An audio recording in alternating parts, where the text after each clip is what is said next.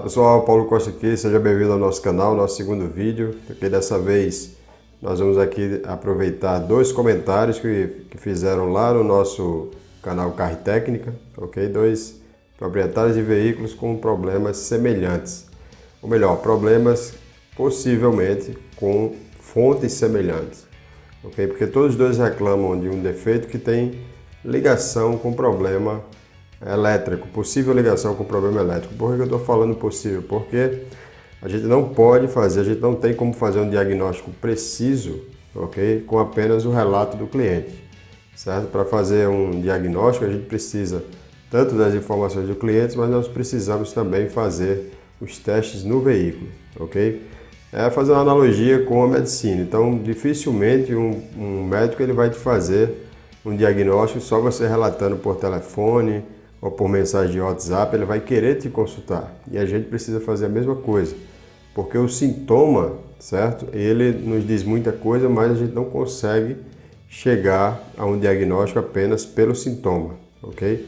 Porque o sintoma ele pode ser a causa de diversos tipos de problemas, né?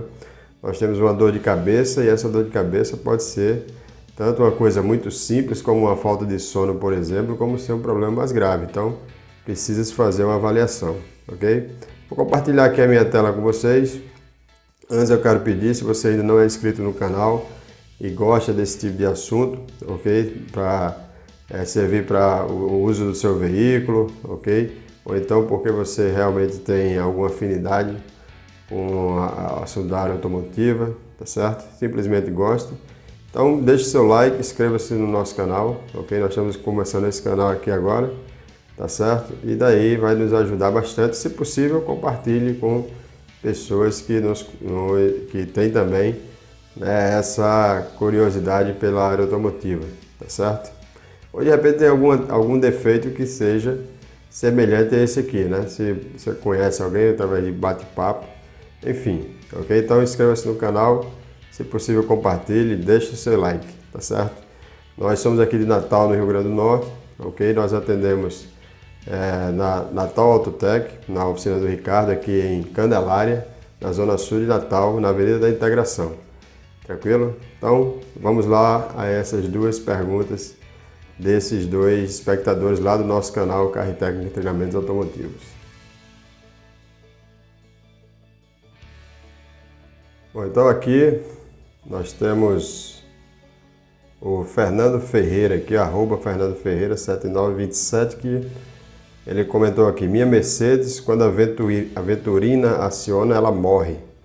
Certo? Então, a Mercedes dele, quando a ventoinha, provavelmente a gente deduz que é a ventoinha do radiador, né, ou o ventilador do radiador, ou o eletroventilador do radiador, quando ela entra em funcionamento, o veículo ele estanca, né, estanca o motor, certo? Pela descrição dele aqui, a ventoinha entrou em funcionamento, o motor para de funcionar. Certo? Aqui é um vídeo sobre o sistema de arrefecimento, onde a gente fala sobre um tipo de sistema mais moderno, onde o eletroventilador é controlado por um tipo de sinal chamado PWM.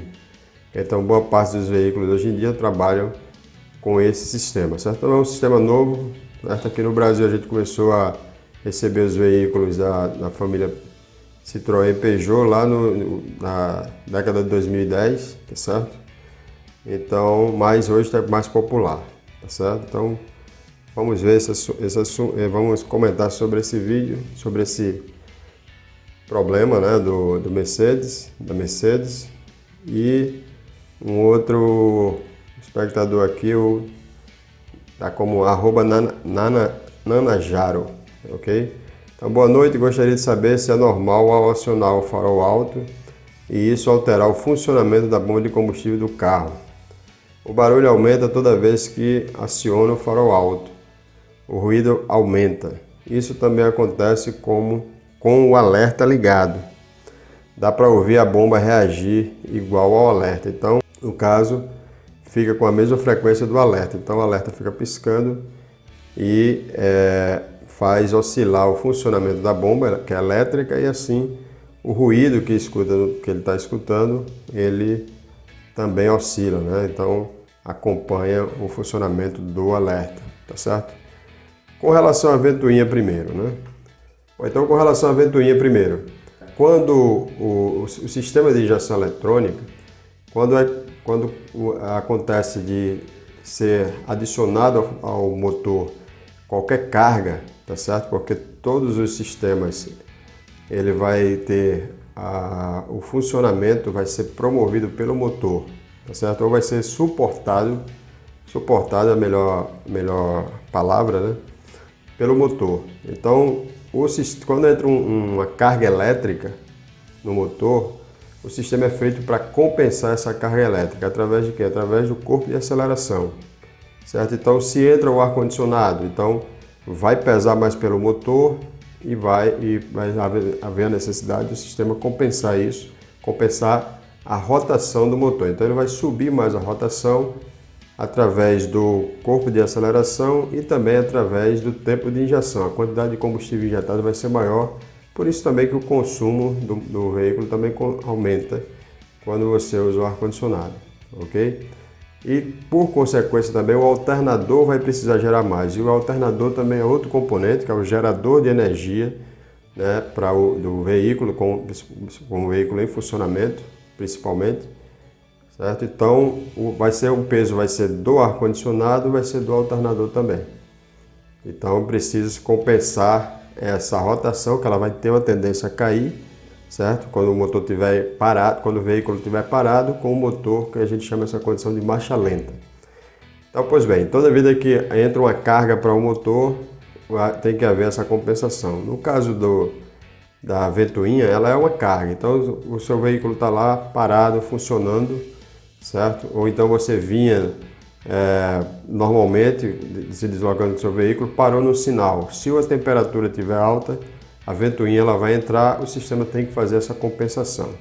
Mesmo que o ar-condicionado não esteja ligado, mas normalmente, né, o ar-condicionado vai estar ligado. Mas mesmo que o ar não esteja ligado, se a ventoinha entrar, o sistema tem que fazer essa compensação. Então, o que pode estar acontecendo lá? Pode ser um problema simplesmente de uma limpeza ou descarbonização do corpo de aceleração, que ele carboniza com o tempo. É um processo normal e pode estar, no momento que o sistema tenta fazer essa compensação, então ele não consegue porque, né, a quantidade de ar que iria ser adicionada não é suficiente e o motor pode morrer. Uma outra possibilidade pode ser um problema elétrico no veículo, tá certo? Então, quando a ventoinha entra, exige mais, certo, do sistema elétrico do veículo, e por ter algum problema, a gente não pode definir qual seria esse problema, mas vou citar um caso que é possível ser. É um problema de aterramento, né? O cabo negativo da bateria, ele é ligado à carcaça do veículo e ele alimenta ali, né, todos os sistemas elétricos do veículo. Então, se tiver um problema ali, pode ser a causa também. Uma bateria em más condições de funcionamento, uma bateria já cansada, também pode ser a causa. Ou seja, você tem aqui 3 possibilidades, mas existem outras que podem ser. Então, resumindo, nós precisamos fazer uma avaliação, mas aí nós já temos algumas condições, tá certo? Algumas possíveis causas do defeito com relação a esse fato da ventoinha entrar em funcionamento e o veículo, o motor morrer, né? O motor se apagar, também quando a gente chama, ok? Então, fica essas 3 possibilidades aí, mas é necessário, como falei no início, fazer um diagnóstico. Bom, e sobre o segundo caso, que é o caso da bomba de combustível, que ela está oscilando quando também entra alguma carga elétrica, né? Então, a bomba de combustível é um componente elétrico, é um motor elétrico basicamente, tá certo? Com uma turbina onde ela vai succionar o combustível e pressurizar, né, na linha de combustível, e esse combustível vai chegar até o tubo distribuidor, que é onde ficam os bicos injetores, certo? Então, sempre que a gente liga a ignição, na grande maioria dos sistemas você escuta o barulho da bomba funcionando. Então, boa parte dos sistemas, quando a gente apenas liga a ignição, a bomba de combustível ela vai entrar em funcionamento. Se não for dado partida no motor, o sistema de injeção que controla a alimentação da bomba, ela desliga a bomba de combustível. Nós temos dois tipos de sistemas hoje em dia, né? Nós temos o sistema mais antigo, que é alimentado por um relé. Então o relé é um componente que o módulo controla, o módulo de injeção ou de gerenciamento do motor. Ambos são as duas coisas, mas comumente a gente chama popularmente de módulo de injeção eletrônica ou central de injeção. Ela controla esse relé e o relé controla a bomba de combustível. Então, a maioria dos carros, como eu vinha dizendo, a maioria dos sistemas, quando eu ligo a ignição, o relé é acionado, liga a bomba de combustível. Se não for dado partida no motor, ele desliga a bomba, ok? E outros sistemas, esse relé só vai ser acionado para alimentar a bomba se realmente for dada a partida do motor. Se eu ligar a ignição, não vai ter acionamento do relé. Então nós temos essas duas condições. Então esse é o sistema comandado por relé, que é o sistema mais básico. Existe um sistema mais moderno onde a bomba de combustível ela é alimentada pelo módulo, certo? Nós chamamos de módulo escravo. Então o módulo principal, que é o módulo da injeção, controla esse módulo escravo e esse módulo controla a bomba de combustível através de um controle, um sinal chamado PWM, assim como eu citei no caso da ventoinha. Na ventoinha nós também temos essas duas possibilidades, né? Ou por relé ou por módulo PWM, certo? Então, uma vez que você funcionou o motor, a bomba é para entrar em funcionamento, seja em um ou outro sistema, e ela vai ter que ficar em funcionamento enquanto o motor estiver em funcionamento, tá certo? Para poder alimentar, né, pegar o combustível do tanque e encaminhar para o tubo distribuidor e manter o sistema sob pressão de acordo com a estratégia de funcionamento. Então a bomba tem que estar muito bem alimentada, a parte elétrica dela, que é para quando entrar outras cargas no veículo, tá certo? Cargas elétricas, tá certo? Não sofra nenhuma interferência. A bomba não tem interferência dessas cargas elétricas. O que normalmente acontece quando esse tipo de problema, quando o cliente está reclamando desse tipo de sintoma, né? Quando liga o farol, no caso dele, ele liga o farol, e ele nota que o ruído da bomba fica diferente. Quando ele liga o alerta, a mesma coisa.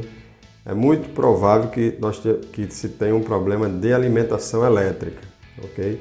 Isso tanto pode ser o relé que eu falei lá no início, quando o sistema é acionado por relé. Então pode ser um problema, o relé não está alimentando a bomba corretamente, ou o lado negativo, que a gente chama de aterramento ou massa, né? Então a bomba ela é alimentada pelo positivo e o negativo. Então um desses dois lados pode estar com problema, é o mais provável, ok? Se for o sistema mais moderno, com um módulo que envia o sinal PWM, aí a coisa fica um pouco mais complexa, porque a gente precisa ver como é que é o funcionamento desse módulo, se tem problema relacionado ao módulo ou alimentação elétrica do módulo, então nesse caso é mais complexo, ok? Mas, em princípio, é um problema de alimentação elétrica, na grande maioria das vezes. É muito pouco provável que seja bomba de combustível, mas no processo o profissional tem que fazer essa avaliação também. Ok? Então veja que a coisa é mais complexa do que normalmente normalmente o público que é leigo, tá certo? Não no sentido pejorativo, mas no sentido de não entender como funciona o sistema, acha que é mais simples. Então, só tem um sintoma e pergunta o que é, né? Então, eu posso te dar, como eu acabei de dar nesses dois casos, diversas possibilidades. Então, o profissional ele vai precisar realmente fazer um diagnóstico, tá certo? Um caso que pode acontecer, que às vezes acontece, uma determinada marca tem um defeito, né, o que já faz parte daquela marca. Então existe muitas vezes algum ponto, né, sensível naquele veículo que sempre causa aquele defeito. Então quem trabalha com uma determinada marca muitas vezes sabe disso. Esse problema aqui é causado por isso. Isso aí também acontece, ok? Mas ainda assim, quando a gente tem um sintoma, nós temos diversas possibilidades de causa. A gente precisa fazer um diagnóstico, precisa de tempo para fazer o diagnóstico, ok? Bom, então esse foi mais um vídeo, nosso segundo vídeo desse canal, ok? Espero que você tenha gostado. Se gostou, peço mais uma vez, inscreva-se no canal, compartilhe esse vídeo, deixe o seu like, tá certo? Então nós vamos trazer, pelo menos uma vez por semana aqui, um vídeo que possa ajudar você a entender melhor como é esse mundo do diagnóstico automotivo. Se tiver alguma dúvida ou assunto que você queira que seja abordado aqui, deixe seu comentário que a gente vai preparar um conteúdo para responder a sua dúvida, para sanar a sua dúvida, ok? Forte abraço e até o próximo vídeo.